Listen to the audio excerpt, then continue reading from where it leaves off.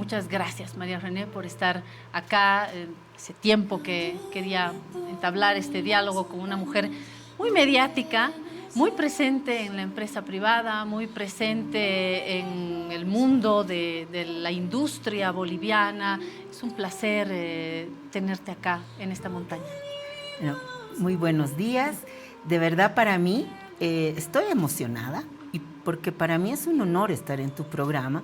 Lo he seguido, sé que es además un desafío. Qué gran introducción para mí, es un regalo. Ese Sí. es mi regalo de Navidad. Gracias. De verdad, porque pienso que el auditorio que tienes, Claudia, que tiene el programa, es realmente de mucho nivel, de alto nivel, y espero estar a esa altura.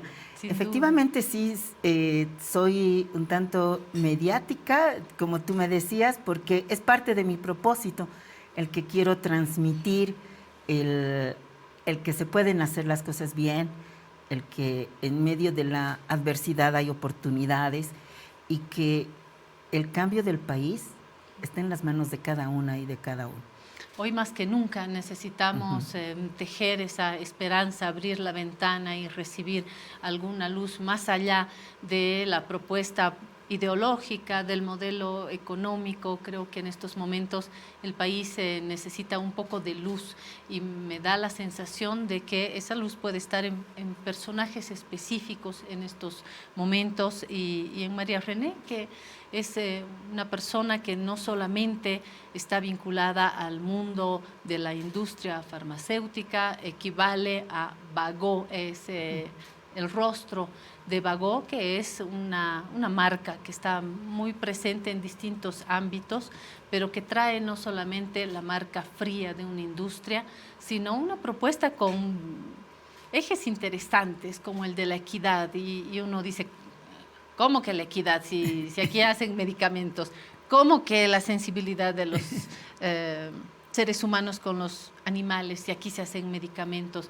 ¿Cómo logras, María René, plantear estos ejes humanos en un mundo que en principio pertenece a la ciencia, a lo frío, al medicamento? A mí me dicen medicamento y me alejo porque uno quiere estar sano, ¿no? Sí. Entonces, creo que hay que saber articular un relato que nos acerque a la marca, ¿no? Creo que es un desafío ya. Sí, bueno, todo empieza con un propósito, ¿no? Laboratorios Bagó tiene el propósito de trascender para el bienestar de las y los bolivianos. Eso no solamente es, como tú dices, el poder producir medicamentos de calidad certificada que llegan a la población a través de la receta, de la recomendación de nuestro cuerpo médico, de los médicos, de las médicas y también de las farmacias. O sea, Bagó no tiene un contacto directo con el usuario del 80% de los medicamentos. Sí lo tenemos con el 20%, por ejemplo, con el Colnatur, claro, que es el colágeno, sí, lo que compra uno directamente sin receta. Pero esto es una parte, como decía, pero nosotros, este quehacer, además de la relación con nuestros médicos, para cumplir nuestro propósito, tenemos que tener un impacto social y medioambiental. Entonces, además de, obviamente, ser rentables. Entonces, ¿cómo lo vamos viabilizando esto? Es a través del cumplimiento de los 17 Objetivos de Desarrollo Sostenible. 17. Sí, que, bueno, son 17 objetivos, pero nosotros algún día los cumpliremos, pero no los cumplimos todos, porque para cumplir tenemos que medir y priorizar, sí, ¿no? Porque tenemos que medir y mejorar. Entonces decimos, son 17 Objetivos de Desarrollo Sostenible y efectivamente vemos cuál vamos a cumplir y uno es el tercero, que es el de salud y bienestar, que obviamente es el nuestro, y que eso precautelamos la salud de las y los bolivianos a través de los medicamentos de calidad certificada. Vamos al quinto, que es tu pregunta, y es el de equidad de género. Decimos, ¿cómo lo hacemos? ¿Cómo demostramos que la equidad de género el empoderamiento femenino es rentable. Ahorita estamos hablando de dos mujeres. Sí, y de rentabilidad, que a veces se evita, pero sí, que es una palabra necesaria, no es una palabra maldita. La rentabilidad es la vida en el mundo de la empresarial economía, y en todo, privada, personal, sí, y todo. Absolutamente. Y el empoderamiento femenino hace que las empresas sean más rentables. ¿Cómo hace que sean más rentables? Porque las mujeres somos más productivas, porque para empezar no soy antimachista, ¿ya? O sea, no, creo en la equidad de género realmente. Pero las mujeres, cada vez que hacemos algo, nos apasionamos más. Queremos demostrar nuestra productividad, que somos capaces de que sucedan las cosas. Entonces nos enfrascamos. Entonces, por eso somos más productivas. Una empresa, si le da ese espacio a la mujer, ahora, no es decir, ay, sí, voy por el empoderamiento y no hacer nada. No, realmente hay formas de hacerlo. La más básica es ver que por lo menos lleguemos por lo menos al 50% de la fuerza laboral sea mujer. ¿El número te interesa mucho? Claro, René? es que, ¿sabes? Si no mides, no vas a mejorar. Y en la equidad de género hay una herramienta que es el WIP. El WIP, son sus siglas en inglés, es la medición del empoderamiento femenino que te da ONU Mujeres. ¿Y qué herramienta es? Es un cuestionario en el que te preguntan justamente eso, cuántas personas, mujeres, están en tu espacio laboral, cuántas tienen el poder de decisión, claro, cuántas personas, claro, cuántas personas, mujeres, son profesionales, cuántas cuentan con condiciones iguales, qué nivel de salario se tiene entre hombres y mujeres, y todas esas preguntas, que doy un ejemplo, se cuantifican y te sale una nota. Y tú dices, bueno, en las que dije que no, o en las que dije más o menos, tengo que mejorar, porque yo quiero llegar al 100. Bagó ha ido subiendo desde que se mide hace 4 años, y hemos subido del 67, estamos en el 71. Dirás, ay, qué poquito, son 4 números, pero son 4 números. Entonces, y ascendentes. Sí, entonces ahí es donde y ahí hemos visto, a través de esta herramienta y de lo que hemos ido avanzando, que efectivamente, cuando tú das condiciones laborales consciente a las mujeres, sí, tu productividad aumenta. Nosotros tenemos cuantificada que ha aumentado el 30%, y esto hace que la empresa tenga mayor rentabilidad. Yo insisto mucho cuando abordamos estos temas que hacen a las diferencias entre varones y mujeres, en el hecho de que las mujeres sí somos productivas, sí nos va muy bien en la universidad cuando miramos los resultados de las últimas décadas, no porque hayamos nacido mejores, sino porque las circunstancias históricas, sociológicas, nos han puesto en ese punto de desafío. Yo creo que una mujer es capaz, de repente más que un hombre, de concentrarse en varias tareas.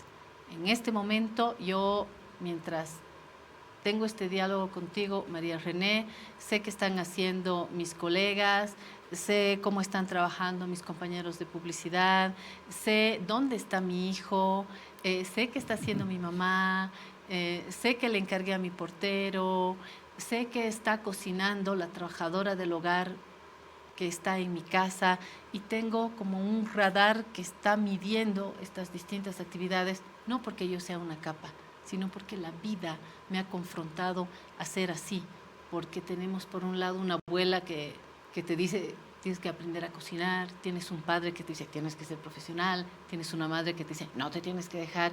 Entonces las mujeres hoy en día estamos confrontadas a eso, que para algunas feministas puede ser hasta negativo, ¿no? Así, ¿cómo nos aprietan como mujeres hoy en día cuando nuestras abuelas vivían encantadas de la vida con la misma sabiduría, la misma habilidad, etcétera.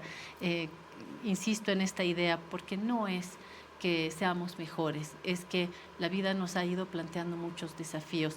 ¿Ha sido tu caso? ¿Cómo te has sentido en tu vida profesional, en tu vida de estudiante también? ¿Has sentido que tu sociedad, tu entorno te ha exigido también y que hoy te está exigiendo y te está mirando no solamente tu capacidad, tu decisión, sino el color de tu camisa, tus joyas? Es decir, nos miden mucho, ¿no? Nos exigen mucho. Sí, tienes la razón, toda la razón. Sin embargo, yo me preguntas cómo lo hago. Bueno, desde que yo soy niña, desde que nunca he pensado, la verdad, nunca he pensado qué me pedía qué me pedía en el mal.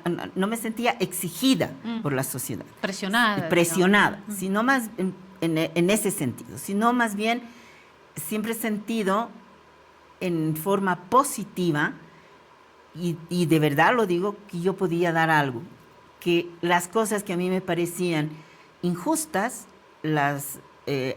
aquellos aspectos en los que yo veía que se podía mejorar, yo lo puedo hacer. Yo sé, es un granito de arena, y muchas veces yo entablo conversaciones y digo, claro, yo hablo de sostenibilidad. En el momento en que, como tú lo has descrito al inicio del programa, ayer otra vez se ha movido todo. Cada día, desde el año pasado, tú sabes noticias y todo empieza a ser mayor convulsión, mayor incertidumbre. Entonces tú dices, estamos en plena incertidumbre y tú me estás hablando de sostenibilidad, de equidad de género. Digo, es que yo siempre lo he visto así. O sea, no me voy a embarcar y amargar por lo que está pasando si yo más bien soy responsable también de que eso pueda cambiar. Aunque un pedacito, pero pueda cambiar. Ahora hay ámbitos que tienen una mayor presencia femenina o está más naturalizada. El mundo de la educación, por ejemplo, que otros, como el mundo de la empresa privada, te diría el mundo industrial. ¿Por qué digo esto? Porque nos encontramos, y de hecho ahí me acerqué para solicitarte este diálogo en un encuentro de la Cámara Nacional de Industrias. Lo primero que me llamó la atención cuando llegué es la falta de color, todos de terno, todos como pingüinos, 80% varones. Los que hablan varones, el que sirve el vino varón, el que hace el discurso varón. Y ahí estaba María René. Son todavía campos, y en específico en el que tú trabajas, es todavía un mundo de mucho terno y mucha corbata, ¿no? Efectivamente, pero estamos en el momento de que eso se pueda cambiar, y vuelvo a lo que decía. Es un granito de arena. Ahora, yo le pongo mucha pasión, mucha entrega a poder demostrar que la mujer tiene que estar preparada para las oportunidades que se presentan. Tengo un lema que digo, no hay mayor poder que el conocimiento. ¿Verdad? Y para poder estar preparada, para poder, mejor dicho, optar esa oportunidad, tienes que estar preparada, tienes que informarte, porque también tenemos ese estigma. Como es mujer no le va a gustar la noticia, como es mujer no leo, a mí no me gusta escuchar noticias, a mí me gusta... Eso es muy saludable. Sí, dicen en el entorno, es saludable, pero ¿cómo puedes estar preparada para un entorno si no sabes cómo se está moviendo ese entorno? Por supuesto. Si yo no supiera o no hubiera escuchado todo lo que se ha desatado políticamente, ¿cómo puedo estar en la cámara donde tú has mostrado? ¿Cómo puedo hablar con los hombres de corbata si yo no he escuchado, si yo no leo, si no te escucho en tu programa, si no, no podría? Por lo tanto, conocemos el terreno si grande, no conocemos, ¿no? por lo tanto, pienso que las mujeres vamos a ver más y vamos a dar mayor... más que informalidad, mayor fluidez a las reuniones en todo campo, mientras nos atrevamos. Creo que mi mensaje siempre es que tienes que creer tú primero. Primero tienes que creer tú en el empoderamiento femenino, en la equidad de género, y sí vas a tener un entorno, porque nos buscamos, ¿no? O sea, uno se alinea y vas a poder tener ese entorno y también transmitirlo, pero tiene que empezar contigo. El que sí puedas pararte y decir, yo tengo una opinión. Y mi opinión no siempre tiene que ser como un liderazgo masculino, ¿no? O sea, de seriedad, de eso, de formalidad, de frialdad. Digo, no, yo me caracterizo por ser bien espontánea. Y digo, ¿y por qué no voy a ser? Y a mí me decían mis hijos cuando yo estaba de gerente y entro a las reuniones de directorio y yo me río, por ejemplo. Dice, ¿y tú te ríes así en tus reuniones? Ah, pero si llega un chiste o algo, una broma, lo hago. ¿Pero qué le criticó Trump a Kamala Harris? Que sonreía mucho, ¿no? Claro, y eso es una barbaridad, ¿no? O sea, digo, yo estoy convencida de que en estos tiempos de incertidumbre tienes que tener cercanía. Tienes que tener el lado del liderazgo femenino cercano.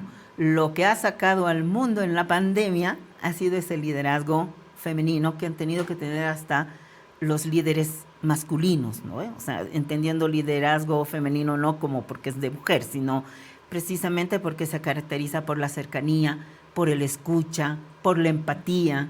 Digo, y eso no está mal.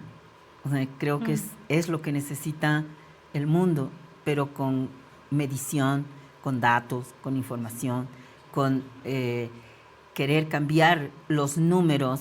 ¿Qué hago yo criticando el PIB si no hago nada?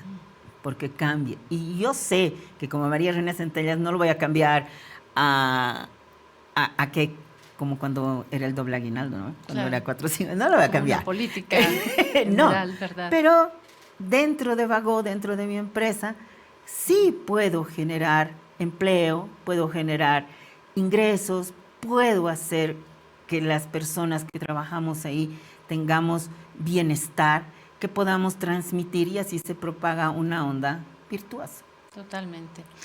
Decía que consumir noticias no es lo más saludable. He escuchado a muchos psicólogos y psicólogas y psiquiatras que dicen el mejor medicamento es un poco desengancharse de estas noticias que a nivel nacional y mundial hoy nos transmiten un estrés tremendo. Creo que habría que hacer un medicamento para soportar mejor las noticias. No les queda otra a personas como tú que saber dónde nos movemos. Y hoy la palabra medicamentos es uno de los factores de preocupación. Es una palabra como gasolina, como diésel, como aceite, como dólar. ¿Cómo enfrentas esto y cuáles son un poco los ejes ya en este ámbito donde la importación de medicamentos ha sido golpeada también?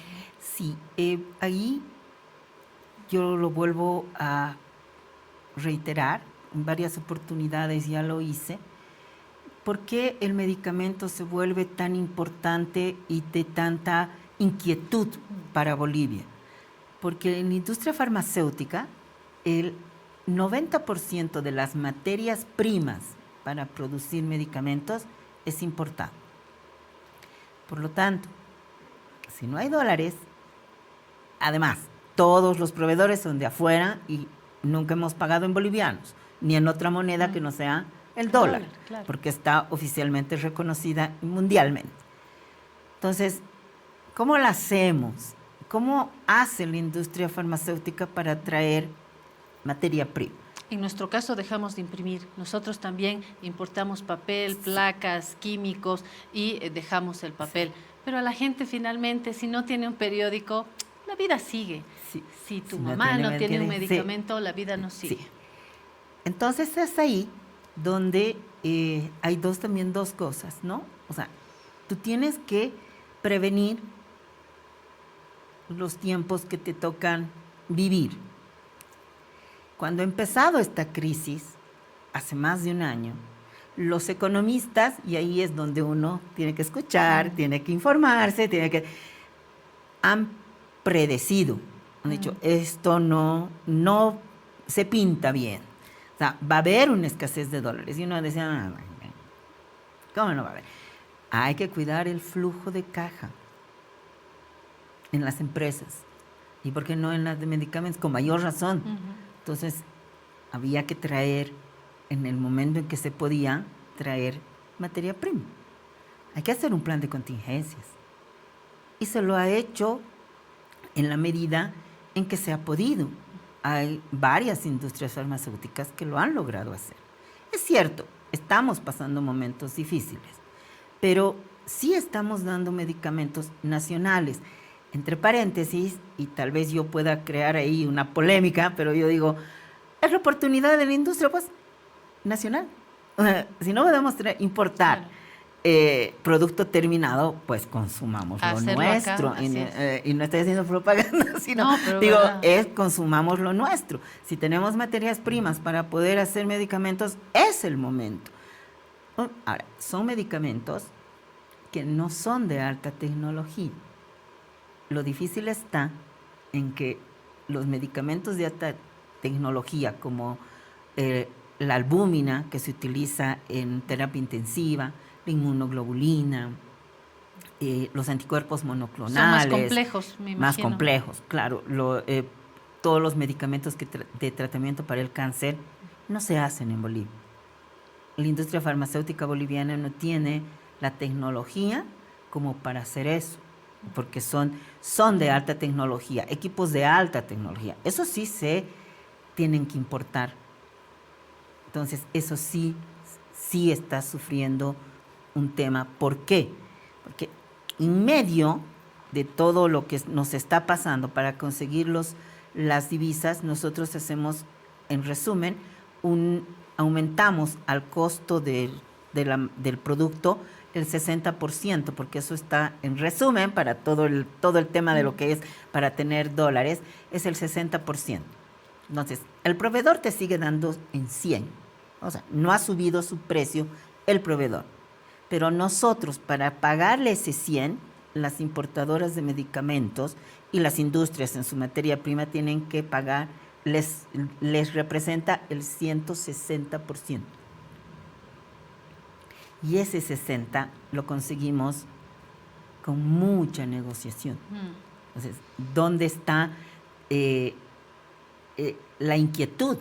Es que nos ayuden a tener dólares.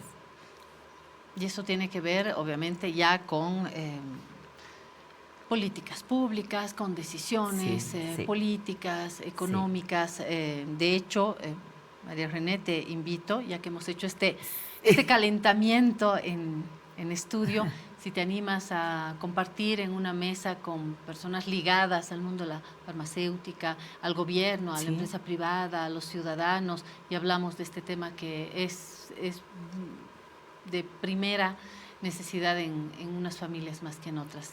¿Te animas? Sí, claro que sí. Perfecto, gracias. María René, tengo que ir a la política. Me encantaría quedarme media hora más acá hablando del bienestar. Me voy a la política y te agradezco y te vuelvo a invitar a un debate, ya que no le tienes miedo a la polémico con los actores que están tomando decisiones también. Muy bien, muchísimas gracias. Gracias, de verdad.